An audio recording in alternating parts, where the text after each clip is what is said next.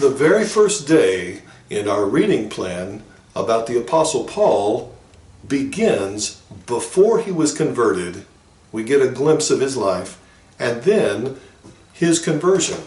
The story starts at the end of chapter 7 of the book of Acts, where one of the first deacons, that is Stephen, was being stoned. We see the Apostle Paul taking part in that.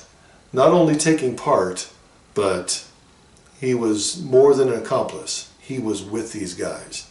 And so we see the Apostle Paul as a persecutor of the church. This emboldens him to actually go on the rampage and go out of his way to try to hurt and imprison Christians.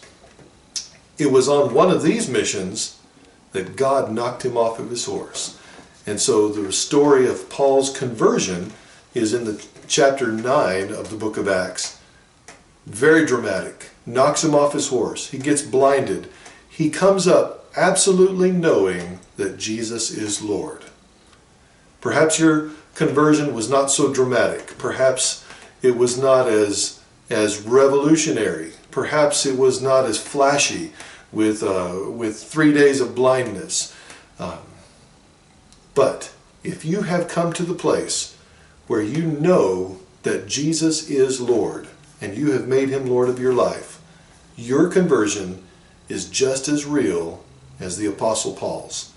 And it's actually just as dramatic, because the Bible tells us that we were dead in trespasses and sins, and Jesus makes us alive again. So, if you didn't get knocked off your horse, if you didn't get blind for 3 days, you're still a dead person who has come to life in Christ. Now that is dramatic. God bless you as you study his word together.